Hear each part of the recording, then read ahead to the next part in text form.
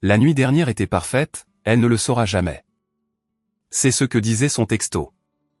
Je n'ai pas annulé. À l'hôtel, j'ai souri et j'ai dit, au lieu de mes vœux, je vais lire quelques messages. Les hoquets de stupeur ne se sont pas arrêtés. Les messages brillaient sur le téléphone déverrouillé de mon fiancé. La nuit dernière était parfaite, avait écrit ma sœur à l'homme que j'étais censé épouser dans 6 heures. Les gens m'ont toujours sous-estimé. La discrète Camille, la responsable, la pacificatrice. Mais cet après-midi-là, debout devant l'hôtel dans ma robe de mariée, microphone à la main, leur texto secret affiché pour que les 200 invités les voient, j'ai réalisé qu'il y a un certain pouvoir à être sous-estimé. Parfois, l'explosion la plus silencieuse cause les dommages les plus dévastateurs. Le domaine était tout ce dont j'avais rêvé depuis que j'étais petite fille. 3 jours avant mon mariage, les lieux ressemblaient à un conte de fées, de vastes pelouses verdoyantes, une fontaine qui captait parfaitement la lumière du soleil de fin d'après-midi, et la vieille chapelle en pierre où demain, je deviendrai Madame Adrien Fournier. Je m'appelle Camille Dubois. Dans 72 heures, j'étais censé épouser l'amour de ma vie. Ne bouge pas, ma chère. Cet ourlet ne va pas se faire tout seul, dit Marguerite, la couturière qui travaillait sur ma robe depuis des mois. Elle était agenouillée à mes pieds, des épingles entre les lèvres, apportant les dernières retouches à ma robe. Je jetai un nouveau coup d'œil à mon téléphone. Léa était en retard. Ma petite sœur et demoiselle d'honneur avaient promis d'être là pour l'essayage final, mais c'était tout Léa, perpétuellement à son propre rythme. Désolé, je suis en retard. La porte s'ouvrit brusquement et elle était là, un tourbillon d'énergie et de parfum de créateur. Ma sœur faisait toujours une entrée remarquée. La circulation était dingue. Et puis j'ai dû m'arrêter pour un café parce que, eh bien, tu me connais sans caféine. Je souris malgré mon agacement. Ce n'est rien. Tu es là maintenant. Léa laissa tomber son sac et tourna autour de moi, les yeux écarquillés. Camille, tu es. Waouh. Adrien va perdre la tête en te voyant. Quelque chose dans son ton me prit au dépourvu. Ce n'était pas seulement de la fierté fraternelle. Il y avait autre chose. Mais avant que je puisse l'analyser davantage, elle me serra dans ses bras et je sentis un parfum familier. Tu portes l'eau de Cologne d'Adrien. Demandai-je en me reculant. Léa rit, rejetant ses cheveux bruns sur son épaule. Oh, ça. Oui, je l'ai emprunté quand je suis passé chez vous hier, juste pour rire, tu sais, pour le taquiner au dîner ce soir. Ça te dérange? Je me forçai à rire. Non, c'est drôle, ça va l'amuser. Mais quelque chose clochait, comme un tableau légèrement de travers sur un mur. Je mis cette pensée de côté, l'attribuant au stress prénuptial. Le reste de l'après-midi se passa dans un tourbillon d'arrivées, des cousins de Bourgogne, mon ami de fac Émilie, les parents d'Adrien avec leur tenue parfaitement assortie et leur sourire crispé. Pendant tout ce temps, je n'arrêtais pas de regarder mon téléphone, attendant qu'Adrien m'envoie un texto pour me dire qu'il était arrivé au domaine. Quand il est enfin apparu, quelque chose semblait différent. Il m'a serré fort dans ses bras, mais ses yeux parcouraient la pièce, sans jamais vraiment se poser sur les miens. « Tout va bien ?» demandai-je en lui touchant le bras. « Oui, juste des trucs de boulot », dit-il en vérifiant à nouveau son téléphone. « Une urgence client. Rien que je ne puisse gérer. » Adrien était toujours comme ça avec son cabinet d'architecture, dévoué, parfois jusqu'à l'excès. J'acquiesçais, compréhensive, mais une petite voix au fond de mon esprit me murmurait que quelque chose n'allait pas. Le dîner de répétition ce soir-là fut une magnifique réception sur la terrasse du jardin du domaine. Des guirlandes lumineuses scintillaient au-dessus de nos têtes, et l'air de fin d'été était chaud et doux, embaumé du parfum des roses. J'aurais dû être complètement heureuse. Au lieu de cela, je me suis surprise à observer Adrien.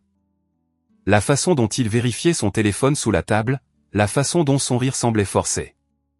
Puis vinrent les discours. Chloé, ma meilleure amie depuis l'université, commença par un discours émouvant sur le fait de trouver quelqu'un qui voit qui vous êtes vraiment. Elle termina en levant son verre à Adrien et moi, mais ses yeux s'attardèrent sur moi avec une question que je ne pouvais pas tout à fait déchiffrer.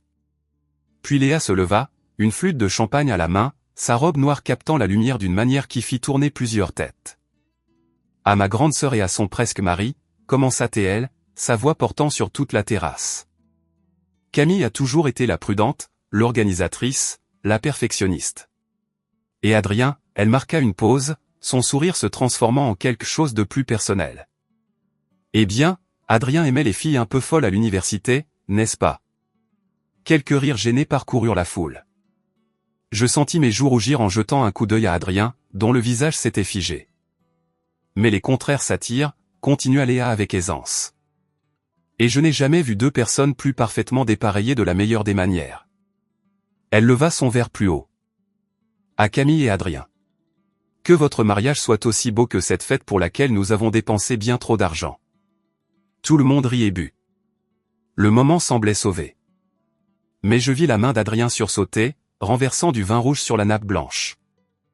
Il marmonna des excuses et s'éclipsa rapidement. Je devrais aller voir comment il va, dis-je en commençant à me lever. Chloé m'attrapa le poignet. C'est un grand garçon. Il peut se nettoyer tout seul. Ses yeux étaient sérieux, scrutant les miens. Tu sais que je t'aime, n'est-ce pas? Bien sûr.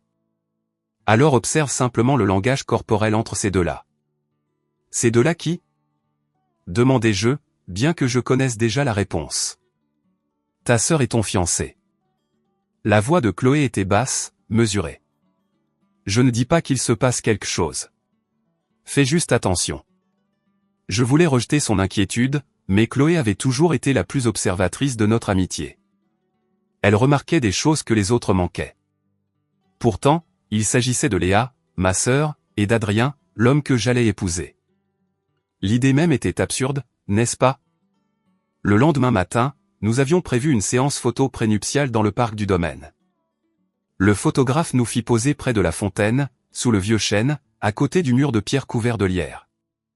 Pendant tout ce temps, je ne pouvais m'empêcher de remarquer avec quelle facilité Adrien et Léa engageaient la conversation entre les prises de vue, des blagues privées, des commentaires chuchotés, le genre d'intimité confortable qui vient des secrets partagés. Adrien, je peux t'emprunter ton téléphone? Demandai-je pendant une pause. Je veux montrer à maman la chanson à laquelle on pensait pour notre première danse. Il hésita une seconde. Ma batterie est presque à plat. Utilise le tien.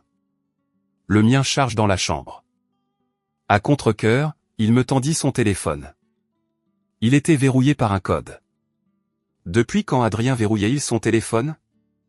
Nous avions toujours eu une politique de transparence avec nos appareils. C'est quoi ton code?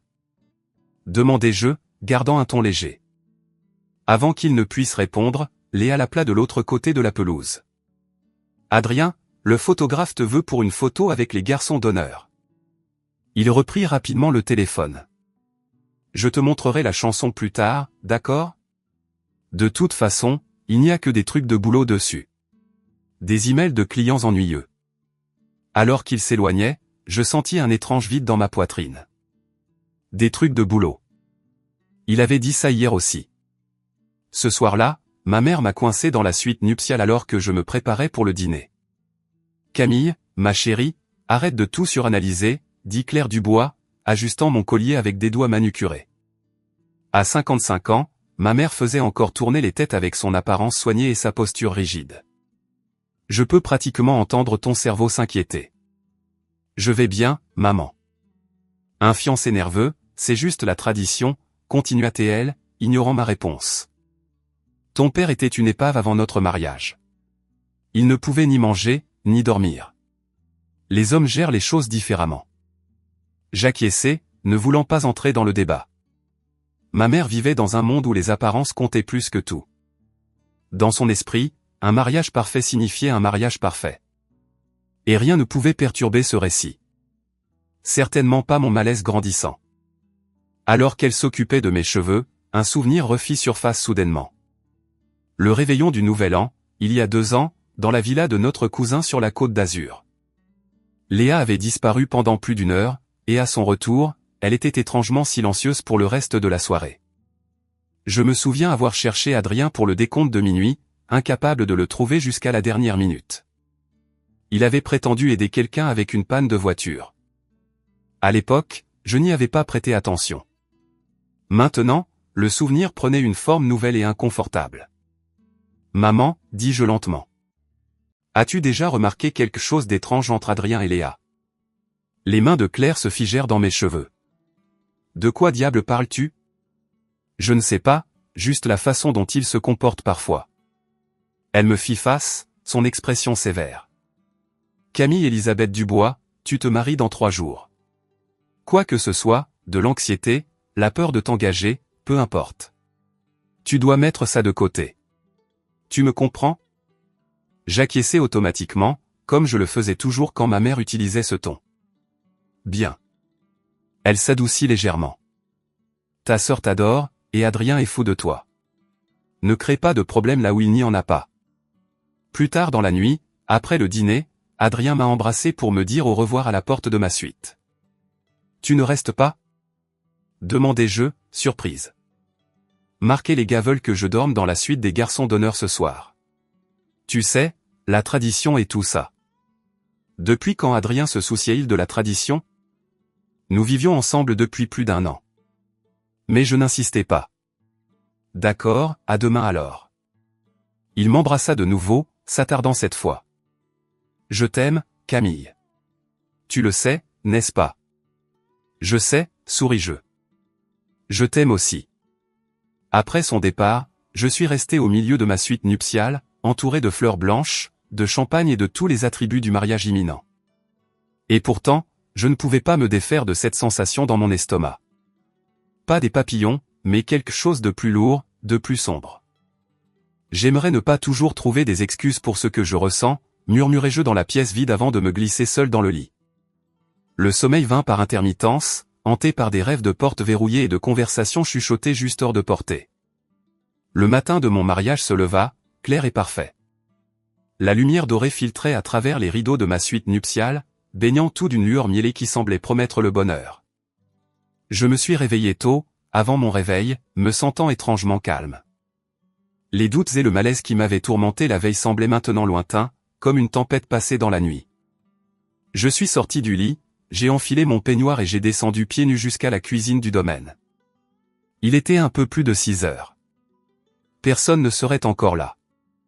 Je voulais un moment de calme, une tasse de café et la paix avant que le chaos de la journée ne commence. La cuisine était silencieuse, la lumière matinale se projetant sur les comptoirs en marbre. J'ai mis en marche la cafetière et je me suis appuyé contre l'îlot central, prenant de grandes bouffées d'air frais du matin. C'est alors que je l'ai vu. Le téléphone d'Adrien, posé sur le comptoir près de la corbeille de fruits. Il avait dû descendre pour une collation de minuit et l'avait oublié. Contrairement à moi, Adrien ne pouvait jamais dormir quand il était stressé. Je l'ai pris sans réfléchir. L'écran s'est allumé. Aucune demande de code. Il était déverrouillé. Mon pouce hésita sur la surface. Je n'avais jamais été du genre à fouiner. La confiance était tout pour moi. Mais c'est là que je l'ai vu.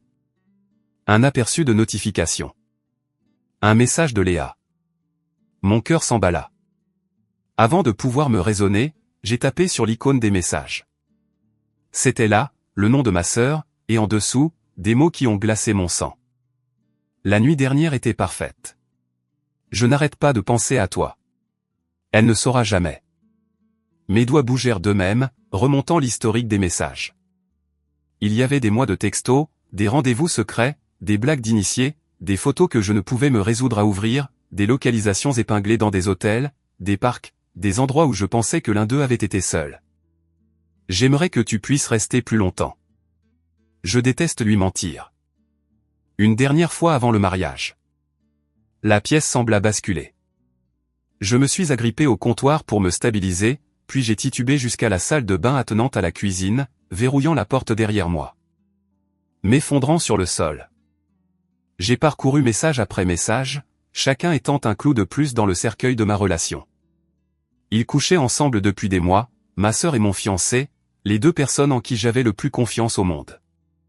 Je ne sais pas combien de temps je suis resté assise là, à lire et relire, essayant de faire en sorte que les mots signifient autre chose que ce qu'ils disaient si clairement, des minutes ou des heures. Un coup à la porte de la salle de bain me fit sursauter. « Camille, tu es là. » C'était la voix de Chloé, inquiète. J'ai ouvert la porte. Un regard sur mon visage lui a tout dit. « Qu'est-ce qui s'est passé ?» demanda-t-elle en entrant et en fermant la porte derrière elle. Sans un mot, je lui ai tendu le téléphone.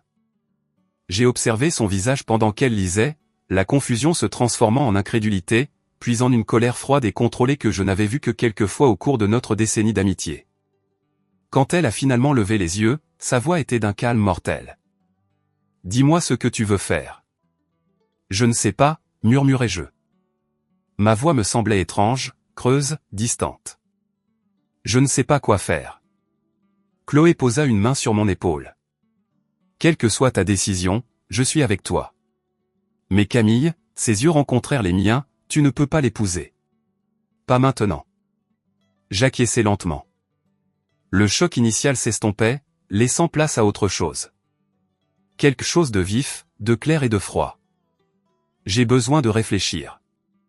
Nous sommes retournés à ma suite par l'arrière, évitant le hall principal où les invités et la famille allaient bientôt se rassembler. J'avais besoin de temps pour digérer, pour planifier. 1 heure plus tard, alors que les assistantes de ma mère s'affairaient avec des trousses de maquillage et des outils de coiffure, Léa entra dans la suite nuptiale d'un pas léger. Son sourire était éclatant, ses yeux clairs, sans le moindre soupçon de culpabilité ou de honte. « Bonjour, la mariée. » chanta-t-elle en jetant son sac sur une chaise. « Comment on se sent ? Nerveuse, excitée, les deux ?» Je l'observais dans le miroir pendant qu'elle bavardait avec ma mère, serrait Chloé dans ses bras et se versait un mimosa. Comment pouvait-elle agir si normalement ? Comment pouvait-elle me regarder dans les yeux ? Léa, dis-je finalement, ma voix plus stable que je ne l'aurais cru. Peux-tu m'aider avec mon maquillage ? Je veux être parfaite. Bien sûr. S'exclama-t-elle en s'approchant, avide d'aider, ne se doutant jamais que je savais. Alors qu'elle se penchait pour appliquer mon fond de teint, je cherchais sur son visage le moindre signe de remords, la moindre lueur de malaise. « Tu as vu Adrien hier soir ?» demandai-je nonchalamment. Après le dîner ? Pas une pause dans ses coups de pinceau. Non. Pourquoi ? Il n'était pas avec les gars. Le mensonge sortit de sa bouche si facilement, ma propre sœur me regardant droit dans les yeux et mentant sans hésitation. Je me demandais, c'est tout, dis-je. Il a laissé son téléphone dans la cuisine. Y eut-il un léger resserrement autour de ses yeux ? Un gel momentané dans ses mouvements ? Si oui, elle se reprit rapidement. Oh, il oublie tout le temps ce truc. Tu veux que je le lui apporte ? Non, dis-je, croisant son regard dans le miroir. Je vais m'en occuper. Tout au long de la matinée, alors que les cheveux étaient coiffés et le maquillage appliqué, que ma mère s'agitait pour les détails et que les invités commençaient à arriver, je suis resté d'un calme étrange. Chloé continuait de m'observer, inquiète. Mais j'avais pris ma décision. Je ne vais pas les confronter, lui dis-je lorsque nous eûmes un moment seuls. Pas encore. Camille. Offrons-leur leur journée parfaite, dis-je, un étrange sourire jouant sur mes lèvres. Laissons-les croire que tout se déroule comme prévu. Chloé étudia mon visage, puis hocha lentement la tête. D'accord. Je te fais confiance. Quel est le plan ? Pendant que Léa était occupée avec le photographe, j'ai pris le téléphone d'Adrien et me suis transféré les messages les plus accablants. J'ai fait des captures d'écran des conversations, les ai sauvegardées sur mon compte cloud, puis j'ai soigneusement effacé toute trace de mon travail de détective numérique. Quoi qu'il arrive ensuite, je voulais des preuves. Cette nuit-là, après que tout le monde soit allé se coucher, je suis resté assis seul dans ma suite, ma robe de mariée suspendue comme un fantôme dans un coin. À la lueur d'une seule lampe, j'ai réécrit mes vœux pour en faire tout autre chose. Un discours qui allait tout changer. Si je parle maintenant, je sais que je ne serai plus jamais la même, me suis-je murmuré en pliant le papier et en le glissant dans ma pochette. Et ce n'est pas grave. Pour la première fois depuis la découverte de la trahison, je ressentis autre chose que le choc ou l'engourdissement. Je me sentais puissante. Demain ne se déroulerait pas comme prévu, mais il se déroulerait exactement comme il le devait. Le jour du mariage se déroula comme un beau rêve, ou l'aurait été si je n'avais pas été pleinement consciente du cauchemar sous-jacent. Ma robe de mariée, une création à épaules dénudées de dentelle et de soie, me semblait différente maintenant que les assistantes de ma mère m'aidaient à l'enfiler. Pas le vêtement de joie que j'avais imaginé, mais une armure pour la bataille à venir. « Tu es radieuse, » dit ma mère, ajustant mon voile les larmes aux yeux.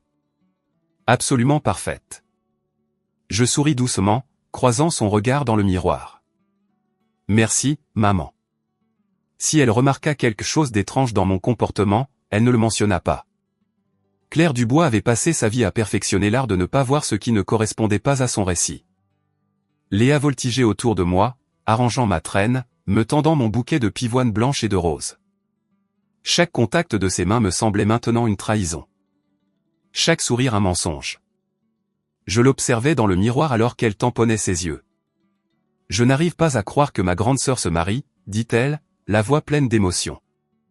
Était-ce de la culpabilité, du regret, ou simplement la performance de la parfaite demoiselle d'honneur? Crois-le, répondis-je, ma voix stable. Le cortège se forma à l'entrée de la chapelle. À travers les vieilles portes en bois, j'entendais le quatuor à cordes jouer, le murmure des 200 invités attendant le début de la cérémonie. Mon père apparut à mes côtés, élégant dans son smoking, m'offrant son bras. « Prête, ma chérie ?» demanda-t-il. J'acquiesçai, ne me faisant pas confiance pour parler. Les portes s'ouvrirent. La musique s'intensifia. Une par une, les demoiselles d'honneur descendirent l'allée. Chloé passa en dernier, se tournant à l'autel pour croiser mon regard. Le léger hochement de tête qu'elle me fit était presque imperceptible, mais il me stabilisa. Quoi qu'il arrive ensuite, je n'étais pas seul. Puis ce fut mon tour. Mon père et moi nous avançâmes dans l'embrasure de la porte, et tout le monde se leva. Je vis des visages tournés vers moi, souriants, impatients, émus, et au bout de l'allée, Adrien attendait, magnifique dans son smoking noir. Son expression était un mélange de nervosité et de quelque chose qui aurait pu être de l'amour si je n'avais pas su la vérité. Chaque pas dans l'allée semblait délibéré, comme si je ne marchais pas vers mon avenir, mais vers la vérité.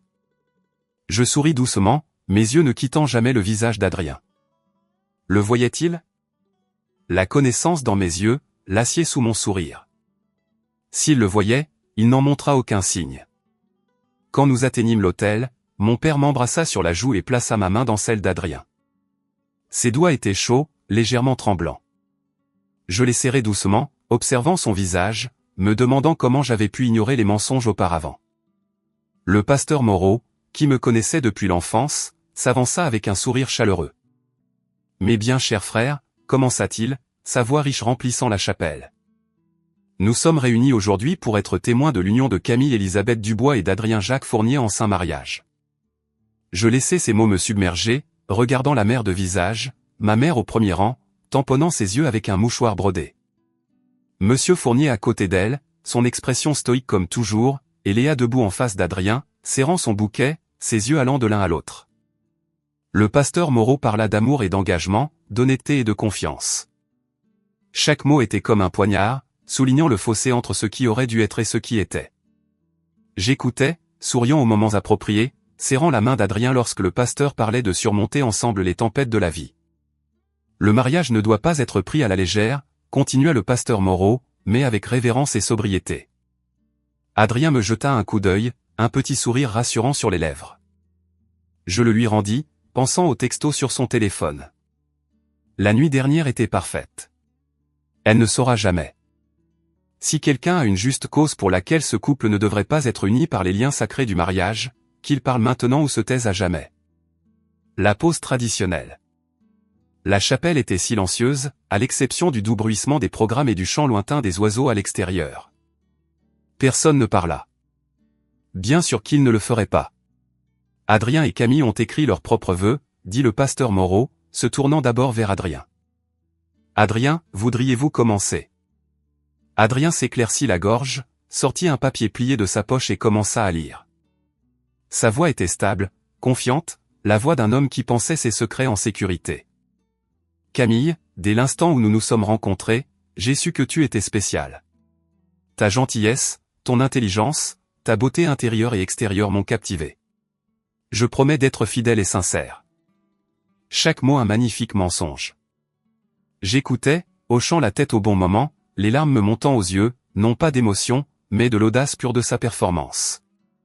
Quand il eut terminé, il y eut un murmure d'admiration collective de la part des invités. Et maintenant, Camille, dit le pasteur Moreau en se tournant vers moi, consentez-vous à prendre Adrien Jacques Fournier pour votre légitime époux, pour l'avoir et le garder à partir de ce jour, pour le meilleur et pour le pire, dans la richesse et la pauvreté, dans la maladie et la santé. pour l'aimer et le chérir jusqu'à ce que la mort vous sépare? C'était le moment où tout allait changer. Je regardais Adrien dans les yeux, mon expression sereine. Puis je levai lentement la main, arrêtant le pasteur. Avant de dire oui, dis-je, ma voix claire et stable, portant jusqu'au fond de la chapelle. J'aimerais lire quelque chose à voix haute. Un murmure parcourut les invités.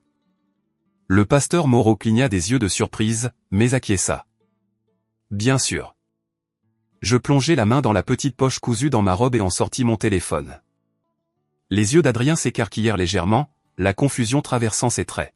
« Camille, murmura-t-il, qu'est-ce que tu fais ?» Je lui souris, puis me tournai vers nos invités. « J'aimerais partager quelques messages que j'ai trouvés ce matin, dis-je, ma voix inébranlable. Des messages entre mon fiancé et ma demoiselle d'honneur, ma sœur. » Les murmures s'intensifièrent. Ma mère se leva à moitié de son siège, le visage décomposé. « Camille, mais enfin ?» Je levai à nouveau la main, la faisant taire d'un regard. Puis je commençai à lire, ma voix claire et sans émotion. La nuit dernière était parfaite. Je n'arrête pas de penser à toi. Elle ne saura jamais. Je fis une pause, laissant les mots flotter dans l'air. J'aimerais que tu n'aies pas à retourner dans sa chambre. Une dernière fois avant le mariage. Je déteste devoir te regarder l'épouser. Des halètements résonnèrent dans la chapelle. Le visage de Léa avait perdu toute couleur, son bouquet tremblant dans ses mains. Adrien s'avança vers moi, essayant de prendre le téléphone. « Camille, s'il te plaît. » Je reculai, hors de sa portée. Il y en a d'autres. Des mois de messages, de rencontres secrètes, de chambres d'hôtel. Je fis défiler le téléphone. Des plans faits pendant que je préparais notre mariage. Des mensonges dits en face par les deux personnes en qui j'avais le plus confiance. La chapelle était maintenant complètement silencieuse. Le genre de silence qui pèse physiquement. Je pouvais sentir chaque regard sur moi, entendre chaque souffle retenu. Et la personne qui a envoyé ça, dis-je, ma voix se brisant enfin légèrement, est ma demoiselle d'honneur. Ma sœur. Je me tournai pour regarder Léa, dont le visage s'était effondré, des larmes coulant sur ses joues. Elle fit un pas vers moi, la bouche ouverte pour parler. « Camille, je... » Un unique hoquet brisa le silence, suivi du bruit de quelqu'un se levant brusquement, sa chaise raclant le sol en pierre. Puis d'autres murmures, de plus en plus forts, remplissant la chapelle du son du choc et du scandale.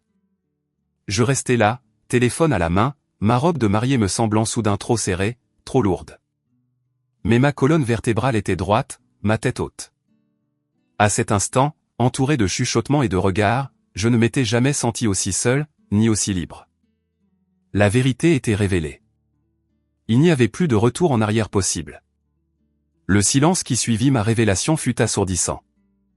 200 personnes retenant leur souffle en même temps, créant un vide sonore qui semblait s'étirer à l'infini. Puis, comme une digue qui cède, les chuchotements commencèrent. Ils partirent du fond de la chapelle et déferlèrent vers l'avant en une vague de murmures choqués et de halètements. Je restai parfaitement immobile, ma robe de mariée me semblant soudain peser une tonne. Mes mains ne tremblaient pas. Ma voix ne s'était pas brisée. J'avais fait ce que j'étais venu faire. Maintenant, vous savez tous, dis-je calmement, abaissant le téléphone. Le pasteur Moreau s'éclaircit la gorge, sa Bible à moitié fermée dans ses mains. Il regarda entre Adrien et moi, puis vers Léa, clairement désemparée. Dans toutes ces années à officier des mariages, je doutais qu'il ait jamais rencontré quelque chose de semblable. Adrien fut le premier à bouger. Il s'avança vers moi, le visage cendré, tendant la main vers les miennes. « Camille, je peux expliquer, dit-il, la voix brisée. Le charme qui m'avait conquise 3 ans auparavant avait disparu. À sa place, il n'y avait qu'une panique nue. S'il te plaît. Tu l'as déjà fait, le coupez-je, ma voix douce mais ferme. Par SMS. Son visage se décomposa. Derrière lui, je pouvais voir ces garçons d'honneur échanger des regards mal à l'aise, se balançant d'un pied sur l'autre, ne sachant s'ils devaient rester ou partir. Du coin de l'œil, je vis Léa tenter de se diriger vers l'une des sorties latérales. Chloé, Dieu la bénisse, se déplaça avec une vitesse surprenante dans sa robe de demoiselle d'honneur, se plaçant adroitement pour lui bloquer le chemin. Ma sœur se figea, son bouquet serré si fort que quelques pétales tombèrent au sol. « Léa !» criai-je, ma voix portant par-dessus les murmures grandissants. « N'as-tu rien à dire ?» Elle se tourna lentement pour me faire face, le mascara striant déjà ses joues rougies. Un instant, je crus qu'elle allait tout nier. Au lieu de cela, elle éclata en sanglots convulsifs. « C'était une erreur », cria-t-elle, sa voix aiguë et tendue. J'étais saoul la plupart du temps. Ça ne voulait rien dire. J'inclinai légèrement la tête, l'étudiant avec un détachement qui me surprit moi-même. Alors ça ne devrait rien te coûter de l'admettre, n'est-ce pas? Les chuchotements s'intensifièrent. Quelqu'un au fond se leva pour partir, suivi d'un autre, puis d'un autre. Le mariage parfait se délitait fil par fil. Ma mère apparut à mes côtés, son visage un masque rigide de sang-froid même si ses yeux brillaient de panique. Elle m'agrippa le coude avec des doigts d'acier. « Camille Elisabeth, qu'est-ce que tu fais ?» siffla-t-elle, assez bas pour que le premier rang n'entende pas. « Nous avons 200 invités ici. La femme du préfet est au 3e rang. Les Anderson ont donné 50 000 € à la campagne de ton père l'année dernière. On peut régler ça en privé plus tard. » Je la regardais vraiment, peut-être pour la première fois de ma vie d'adulte. Claire Dubois, la femme qui m'avait appris à sourire malgré l'inconfort, à maintenir les apparences à tout prix, l'architecte de mes manières parfaites et de mon mariage parfait, et si elle avait pu, de mon mariage parfaitement creux. « Tu nous as élevés à sourire face à la trahison, dis-je tranquillement. Je choisis de ne pas le faire. » Avant qu'elle ne puisse répondre, le pasteur Moreau ferma doucement sa Bible avec un air de finalité. Ses yeux bienveillants rencontrèrent les miens avec une compréhension inattendue. « Je crois que cette cérémonie de mariage est reportée, » dit-il, sa voix portant juste assez pour atteindre les derniers rangs. Sans un autre mot, il s'éloigna de l'autel et descendit l'allée latérale vers la porte de la sacristie. C'était le signal dont les invités avaient besoin. Ils commencèrent à se lever, ramassant sac à main et programme, chuchotant avec urgence entre eux. Certains me regardaient avec pitié, d'autres avec fascination, quelques-uns avec quelque chose qui ressemblait à du respect. Aucun d'eux ne savait quoi dire, alors la plupart ne dirent rien du tout, sortant des bancs dans un silence inconfortable. Alors que la chapelle se vidait, je suis resté debout à l'autel, Adrien à quelques mètres, tous deux échoués sur une île de promesses brisées. Léa s'était effondrée sur l'un des premiers bancs, sanglotant doucement. Chloé se tenait en garde à côté d'elle, les bras croisés. Monsieur Fournier, le père d'Adrien, s'approcha de l'autel à pas mesurés. Son visage était de granit, la mâchoire si serrée que je pouvais voir un muscle tressaillir sur sa joue. Je me préparais à la colère, aux reproches. Mais quand il parla, ce ne fut pas à moi. « Tu as couvert de honte le nom de notre famille, » dit-il à son fils, la voix basse et contrôlée. Puis il tourna les talons et sortit sans un regard en arrière. Ma mère, pendant ce temps, avait suffisamment récupéré pour passer en mode gestion de crise. Elle se dirigea vers Léa, l'attrapant par le poignet.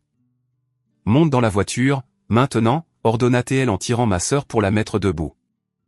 Léa la suivit en trébuchant, pleurant toujours, n'osant pas me regarder en passant. Alors que les derniers invités s'écoulaient, ne laissant que le cortège et quelques prestataires stupéfaits, Chloé s'approcha de moi. Elle toucha doucement mon épaule, ses yeux remplis d'une fierté féroce. « Tu n'as pas seulement repris ton pouvoir, » dit-elle doucement. « Tu as mis le feu à toute la baraque. » Un rire surpris m'échappa, le premier son authentique que j'avais émis de toute la journée. Chloé me serra l'épaule, et à ce moment-là, je savais que j'irais bien. Pas aujourd'hui, peut-être pas demain, mais finalement. La chapelle était presque vide maintenant. Le quatuor à cordes avait remballé en plein milieu d'une chanson. La fleuriste attendait maladroitement près de la porte, ne sachant manifestement pas si elle devait commencer à enlever les arrangements. Le seul son était le claquement lointain des portières de voiture alors que les invités fuyaient la scène de ce qui deviendrait sûrement le non-mariage le plus commenté de l'histoire du département.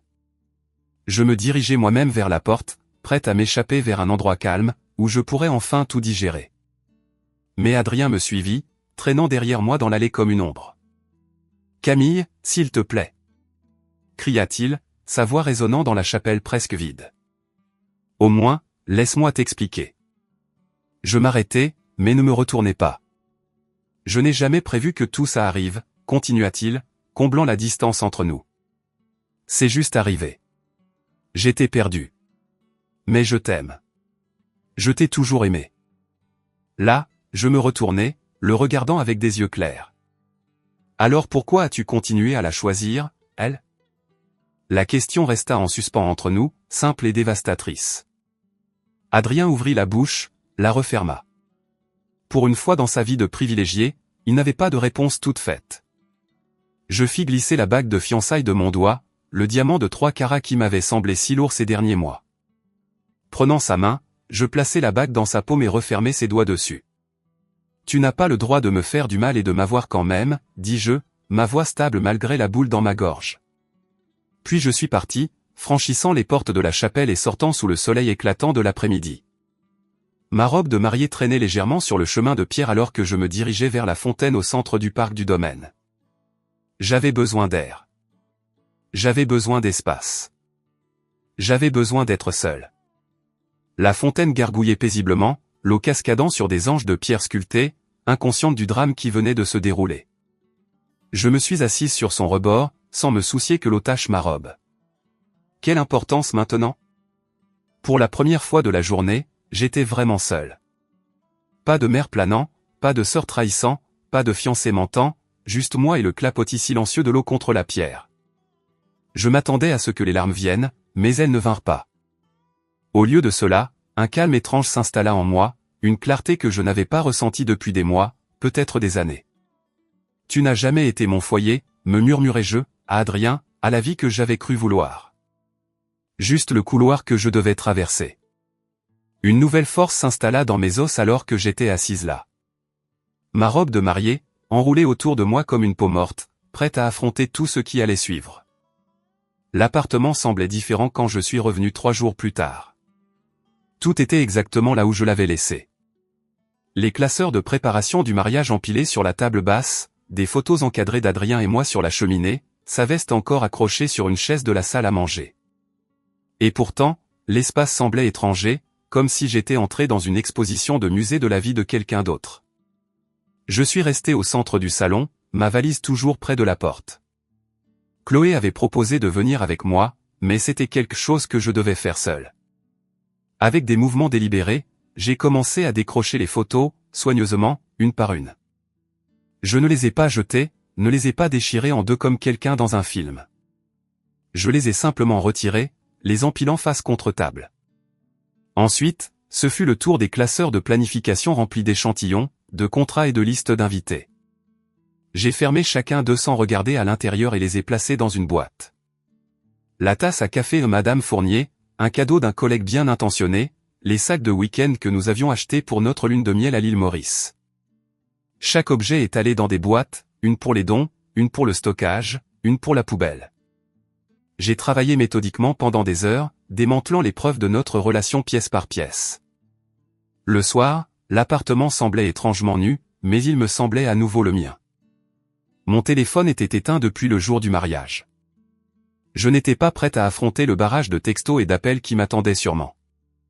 Mais le 4e jour, assise dans mon appartement à moitié vide avec un verre de vin, je l'ai finalement rallumé. Les notifications ont afflué immédiatement. Des dizaines d'appels manqués, des centaines de textos, de mails, d'alertes de réseaux sociaux. J'ai ignoré la plupart d'entre eux, balayant rapidement pour trouver les noms qui comptaient. Chloé avait textoté tous les jours, je prends de tes nouvelles. Je suis là quand tu auras besoin de moi. Dis juste un mot et j'apporte du vin et de la glace. Ma mère, appelle-moi immédiatement.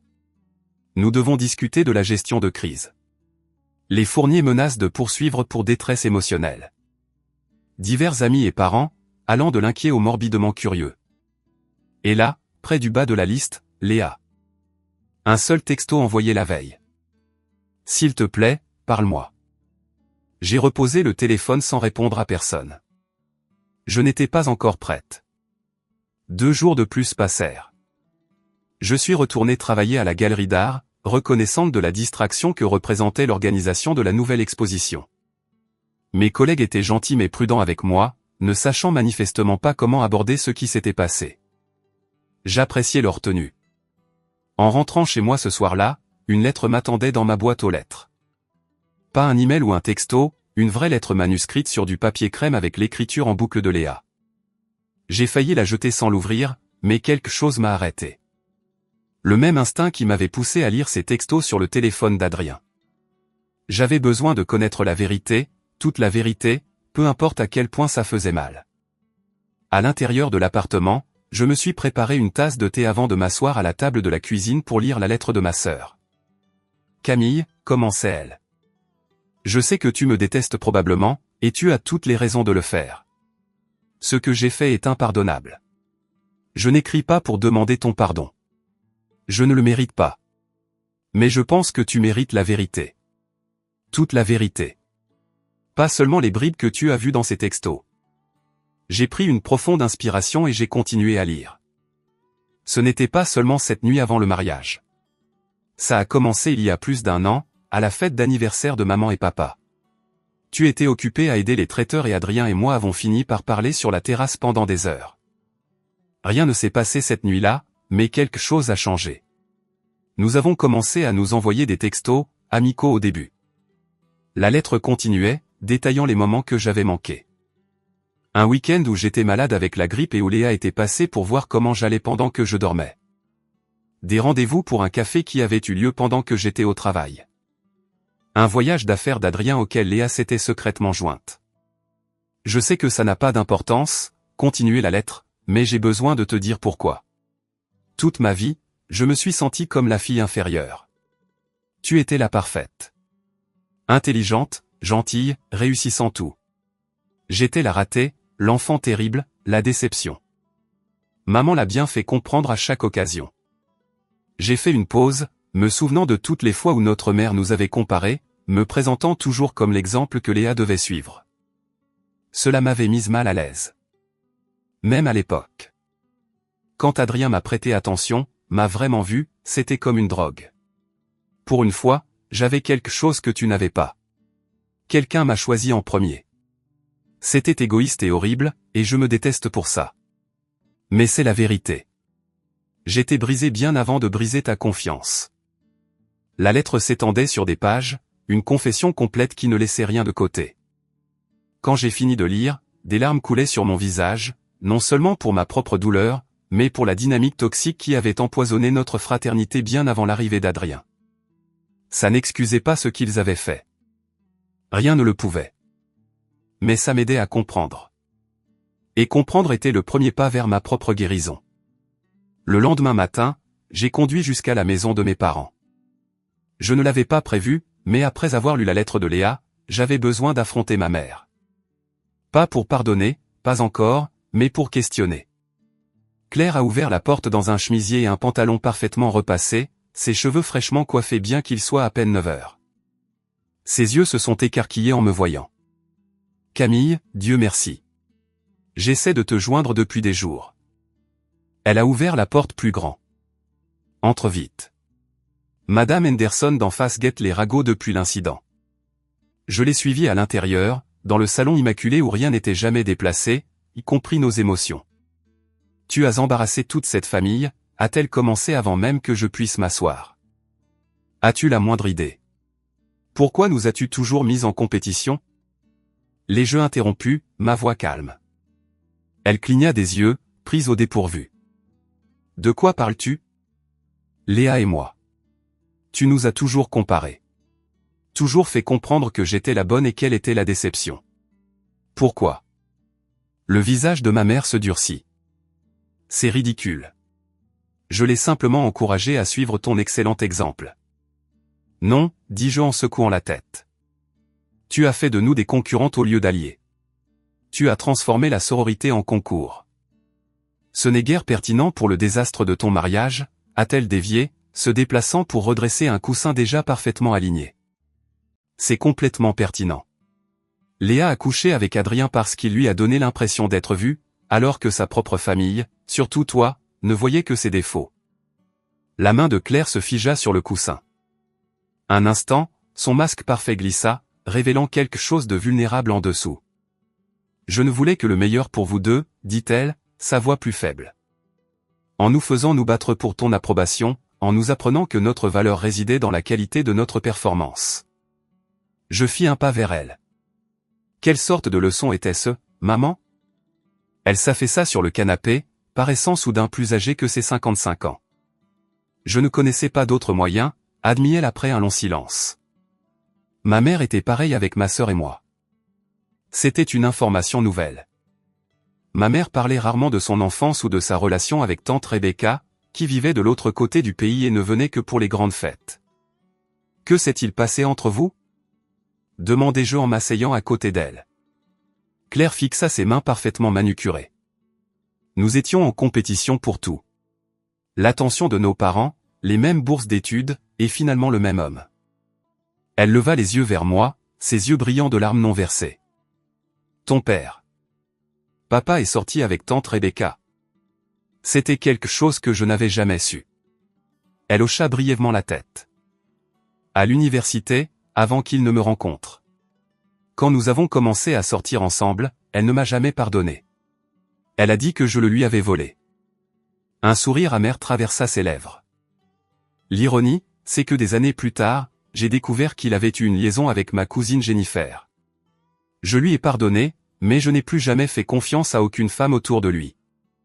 Elle attrapa un mouchoir dans la boîte sur la table basse. Je pensais que cacher la douleur me rendait plus forte. Je restais assise dans un silence stupéfait. Mes parents parfaits, la liaison de mon père, la douleur enfouie de ma mère. C'était comme regarder un tableau familier et y voir soudainement une image entièrement différente. Pourquoi ne nous l'as-tu jamais dit? À quoi bon? Demanda-t-elle. Certaines choses valent mieux être laissées dans le passé. Vraiment? Contestai-je doucement. Regarde ce que les secrets ont fait à notre famille. Elle n'avait pas de réponse à cela. Plus tard cette semaine-là, en parcourant les réseaux sociaux pour la première fois depuis le mariage, je suis tombé sur une publication d'Adrien, des excuses publiques soigneusement rédigées, sans doute validées par l'équipe de communication de son cabinet. À ceux que j'ai blessés par mes actions, je présente mes sincères excuses. Je n'ai jamais eu l'intention de causer de la peine à quiconque, en particulier à mes proches. J'assume l'entière responsabilité de mes choix et je m'engage à devenir une meilleure personne à travers cette difficile expérience d'apprentissage. Générique, aseptisé. Du Adrien Light. J'ai fermé l'application après avoir lu les premières lignes, peu intéressé par sa performance publique de remords. La section des commentaires en dessous était divisée. Certains le blâmaient entièrement, d'autres pointaient du doigt Léa, la traitant de briseuse de ménage typique. Quelques-uns suggéraient même que j'aurais dû gérer ça en privé au lieu de faire une scène. Je me fichais de ce que pensaient les inconnus. Ils n'avaient pas marché dans mes talons de satin blanc. Ce qui m'a surprise, c'est le visiteur qui s'est présenté à la galerie le mardi après-midi suivant. Il y a un monsieur Fournier ici pour vous voir, dit Sarah, la réceptionniste, les yeux écarquillés de curiosité. Pas le jeune. Son père. J'ai posé mon presse-papier, redressant ma veste. Faites-le entrer, s'il vous plaît. Thomas Fournier entra dans le petit bureau avec la même prestance qu'il avait toujours eue. Grand, les cheveux argentés, impeccablement vêtu d'un costume anthracite qui coûtait probablement plus qu'un mois de mon loyer. Contrairement à son fils, il n'avait jamais été particulièrement chaleureux avec moi. Respectueux, oui, mais distant. Mademoiselle Dubois, dit-il avec un léger hochement de tête. Merci de me recevoir. Monsieur Fournier, répondis-je, lui indiquant la chaise en face de mon bureau. C'est inattendu. Il s'assit, ajustant ses manches avec des mouvements délibérés. Je serai bref. Je suis venu m'excuser. De toutes les choses que je m'attendais à ce qu'ils disent, celle-ci n'en faisait pas partie. M'excuser? Pas pour le comportement de mon fils. Adrien est responsable de ses propres actions. Sa mâchoire se crispa. Je m'excuse pour ma part dans la formation du type d'homme qu'il est devenu. Un homme qui trahirait la confiance de quelqu'un comme vous. Je restai silencieuse, attendant qu'il continue. Je n'étais pas, il fit une pause, cherchant ses mots. Un père émotionnellement disponible était clairement un territoire inconnu. J'ai appris à Adrien le succès, l'apparence, comment obtenir ce qu'il voulait. Je ne lui ai jamais appris l'honneur ou les conséquences. Il me regarda droit dans les yeux. Vous méritiez mieux. Je n'ai jamais dit ça à personne auparavant. L'aveu sembla coûter quelque chose à cet homme fier. Je me suis surprise à hocher lentement la tête. Merci de me le dire. Il se leva pour partir, notre brève conversation apparemment terminée. À la porte, il se retourna. Si cela peut vous consoler, sa mère l'a déshérité et j'ai clairement indiqué qu'il n'est pas le bienvenu à la fête de Noël du cabinet cette année. Un fantôme de sourire effleura ses lèvres. Nous, les Fournier, ne montrons peut-être pas bien nos émotions, mais nous avons nos façons d'exprimer notre désapprobation. Après son départ, je suis resté assise à mon bureau pendant un long moment, retournant notre conversation dans ma tête. Ce n'était pas la conclusion que j'attendais, mais c'était quelque chose, une reconnaissance que ce qui m'était arrivé comptait, que je n'étais pas la seule fautive. Ce week-end-là, Chloé s'est présentée à ma porte avec une bouteille de vin dans une main et des putters de mini-golf dans l'autre. « Habille-toi », annonça-t-elle. « On sort. » « Du mini-golf. »« Vraiment ?» Je n'ai pas pu m'empêcher de sourire. Nous n'avions pas joué depuis l'université. « Oui, du mini-golf. » Parce qu'il est impossible d'être triste en essayant de faire passer une balle à travers un moulin à vent. Elle avait raison. Pendant 3 heures, nous avons joué sur le parcours ridicule, riant de nos mauvais coups, applaudissant nos rares succès, et nous permettant d'être pleinement présentes dans l'instant. Après, nous nous sommes assises dans un bar à vin voisin, légèrement pompette et plus détendue que je ne l'avais été depuis des semaines. « Tu sais ce que j'ai réalisé aujourd'hui ?» dit Chloé en faisant tourner son merlot. « Tu as ri.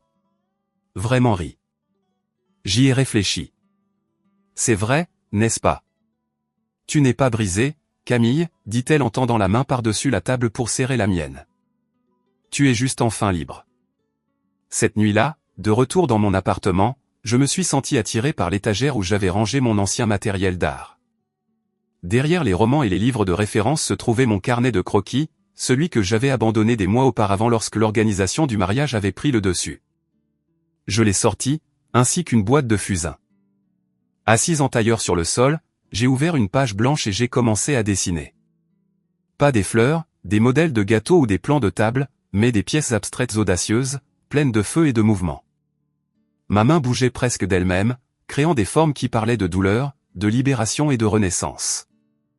Au matin, mes doigts étaient noirs de fusain, et le carnet de croquis contenait le début de quelque chose de nouveau, quelque chose qui m'appartenait entièrement. 3 mois après le mariage qui n'a pas eu lieu, j'ai reçu un email qui a de nouveau tout changé. Chère mademoiselle Dubois, j'ai récemment assisté à l'exposition de votre galerie sur les artistes émergents et j'ai été particulièrement frappé par la série de fusains que vous avez organisée dans les.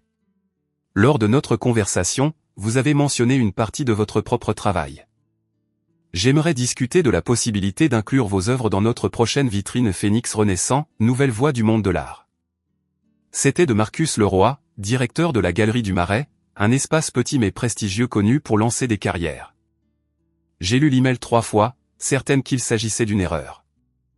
J'avais mentionné mon récent retour à l'art lors d'une brève conversation au vernissage de l'exposition, mais je ne m'attendais pas à ce qu'il s'en souvienne, encore moins qu'il exprime son intérêt.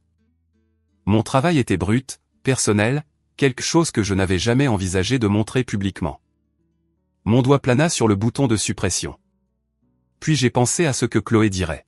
« T'es folle ?» Réponds tout de suite avant qu'il ne change d'avis. J'ai tapé une réponse, professionnelle mais enthousiaste, et j'ai appuyé sur envoyer avant de pouvoir douter de moi-même. 2 semaines plus tard, je me tenais au centre de la Galerie du Marais, regardant mes œuvres, maintenant correctement encadrées et montées, être installées sur les murs blancs et brillants. Il y en avait 7 au total, une série que j'ai intitulée Fracture et envol, des œuvres abstraites qui chroniquaient mon parcours de la trahison à la liberté. Celle-ci doit être la pièce maîtresse, dit Marcus en désignant la plus grande toile, un tourbillon de rouge et d'or, des lignes de fusain la traversant comme des éclairs. Le cartel de la galerie à côté indiquait « L'Hôtel », par Camille Dubois, et en dessous, le moment où vous dites votre vérité dans une pièce conçue pour vous faire taire. Le vernissage de l'exposition était prévu pour le vendredi soir. J'ai passé la journée à alterner entre excitation et terreur, changeant de tenue 3 fois avant d'opter pour une simple robe noire avec un unique collier affirmé, un pendentif phénix en argent que Chloé m'avait offert en guise de félicitations anticipées.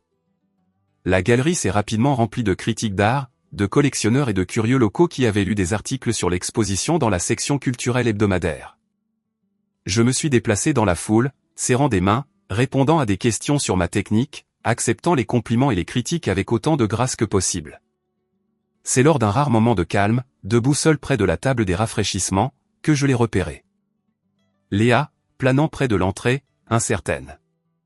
Elle avait l'air différente, ses cheveux habituellement parfaits ramenés en une simple queue de cheval, son visage moins maquillé que je ne l'avais vu depuis le lycée. Lorsque nos regards se sont croisés à travers la pièce, elle s'est figée. Un instant, j'ai envisagé de l'ignorer, de me tourner pour parler à n'importe qui d'autre. Au lieu de cela, je l'ai regardée rassembler son courage et se frayer un chemin à travers la foule vers mes œuvres. Elle est restée longtemps devant l'autel, sa posture raide, ses mains jointes fermement devant elle. Je me suis senti attiré vers elle, poussé par une force que je ne pouvais nommer. Quand je me suis arrêté à côté d'elle, aucune de nous n'a parlé immédiatement. Nous nous tenions côte à côte, regardant la toile qui représentait le moment où notre relation s'était brisée.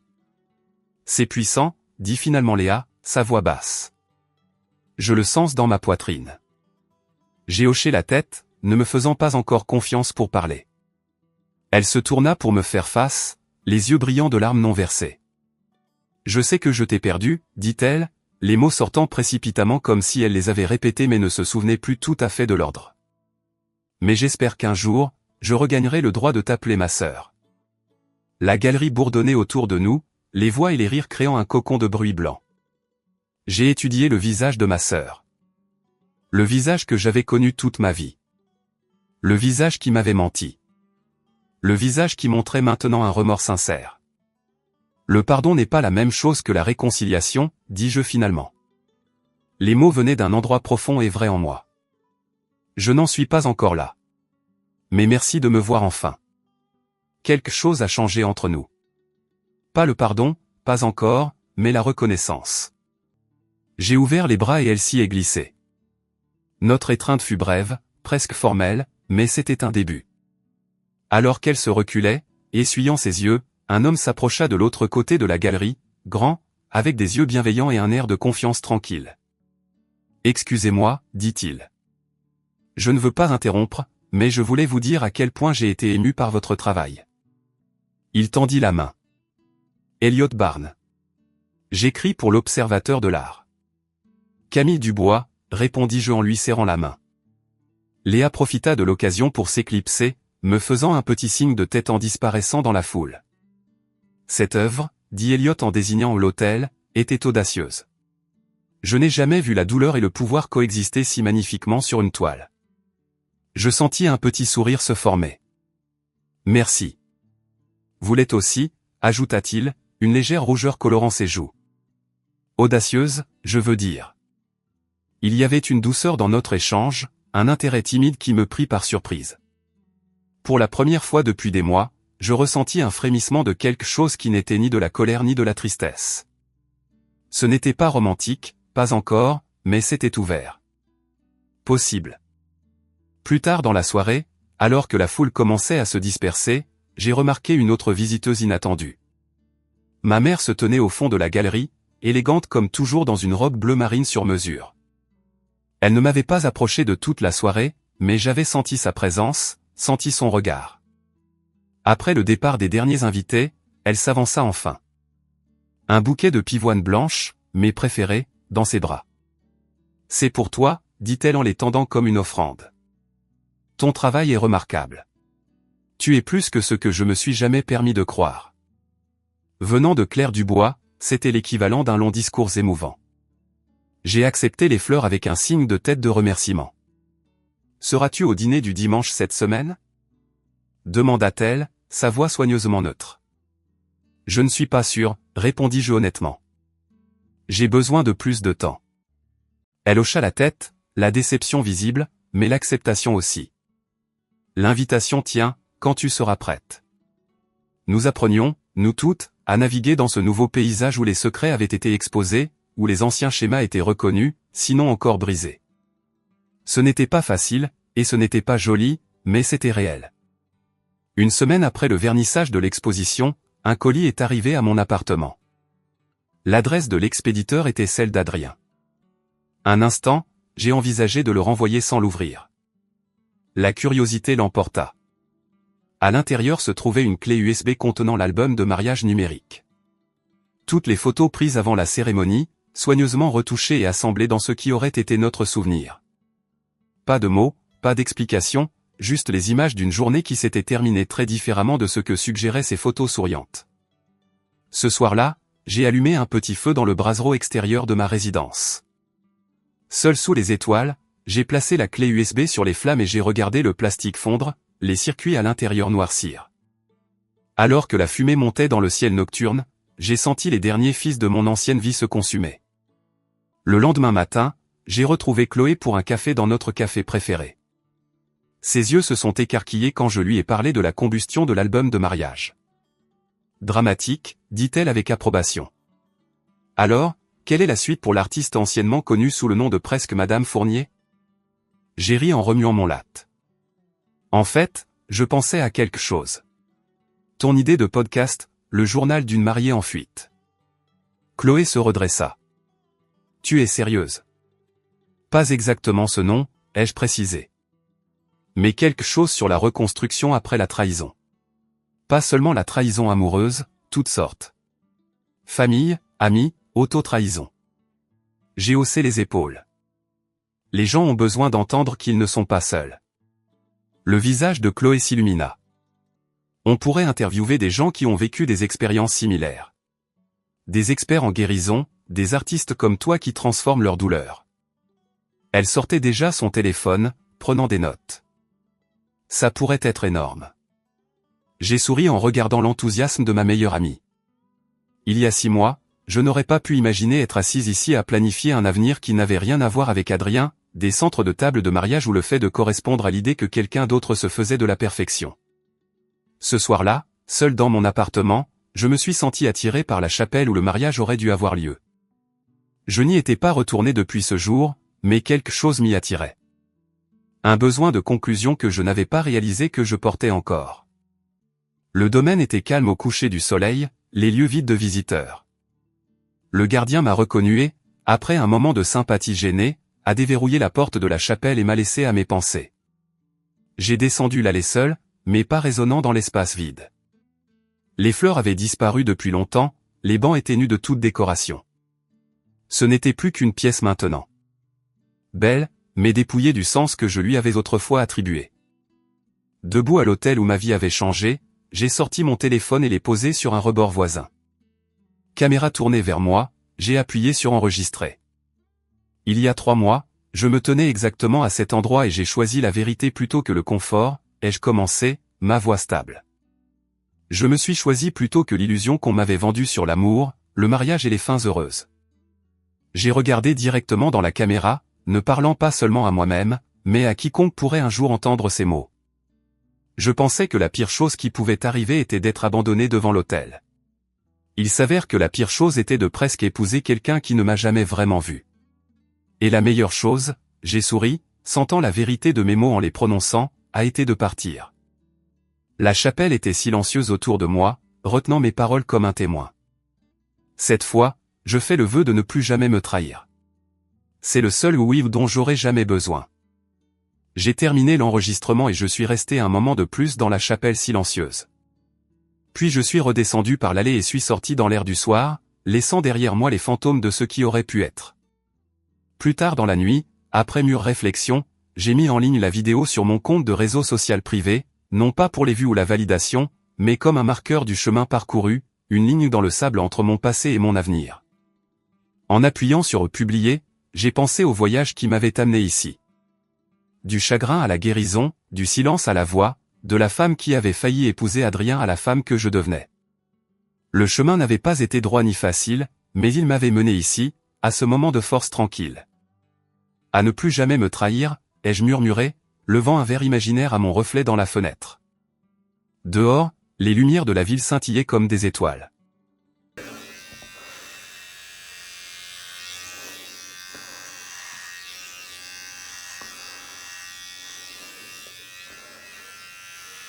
Сейчас.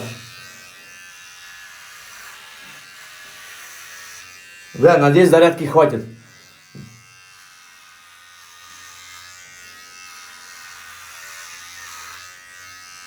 Что-то, судя по звуку, блядь, зарядка-то садится. Или это кажется мне? А на лечение в Donation, но у меня Donation прикреплен.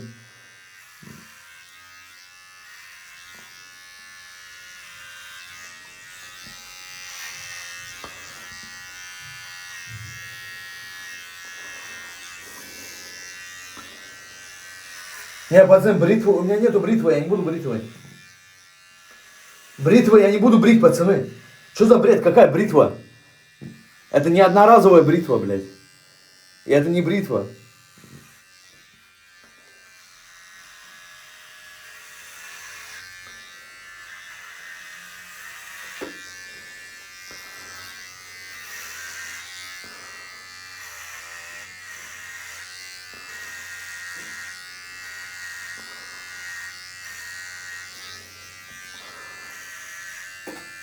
Ох, бля, как вы пожалеете, потому что я лысым всегда красиво выгляжу. Как же вы пожалеете, блядь? Ох, как вы пожалеете, потому что я лысый всегда красиво выгляжу. Вот, смотрите, вот. Ну вот лысый, блядь. Сейчас бороду тоже поправлю. Разве я не похож на Джейсона Стэтхэма, а? Похож же, блядь. Сейчас, подождите, ох, как вы пожалеете, блядь. Сейчас у меня девушки мне будут писать. Сейчас я Даниэле ты фоточку отправлю, блядь. Бля, голова что ли кривая, чё ровно не идет? Может, у меня голова поменялась, пока я лежал в багажнике, я не знаю. Блядь, все может быть на самом деле, пацаны. Я на одном положении лежал. Бля, ебать, волосы. Чё волосы-то тут собираются, блядь? Блядь, другие волосы чьи-то, блядь, это бушные, что ли? У меня волосы красивого цвета были. Ты, блядь, нихуя не вижу. Блядь, сзади нихуя не вижу, алло. Там есть что-то? Что-то есть, чувствую.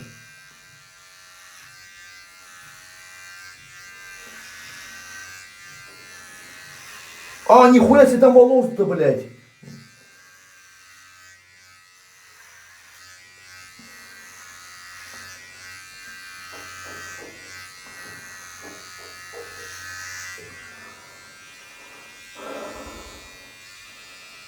Так, ну... Так, стоп. Ага, сейчас надо проверить. Нет, чуть выше надо взять. Бакенбарды.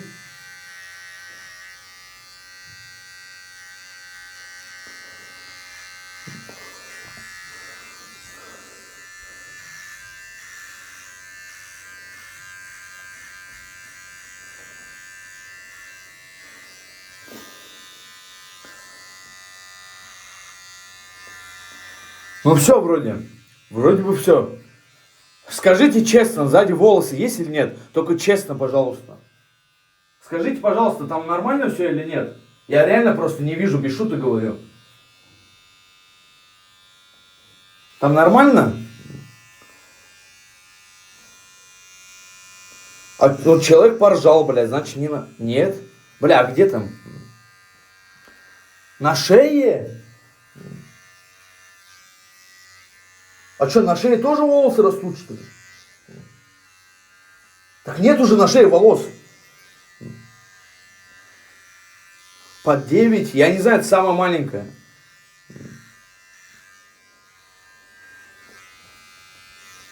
Давайте вот так еще раз пройдусь на всякий случай. Потому что, может быть, вы можете меня обмануть.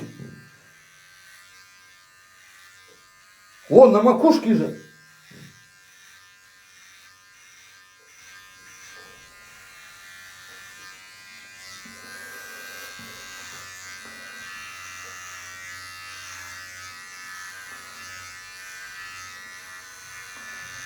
О, зря, пацаны, конечно, блядь, зря.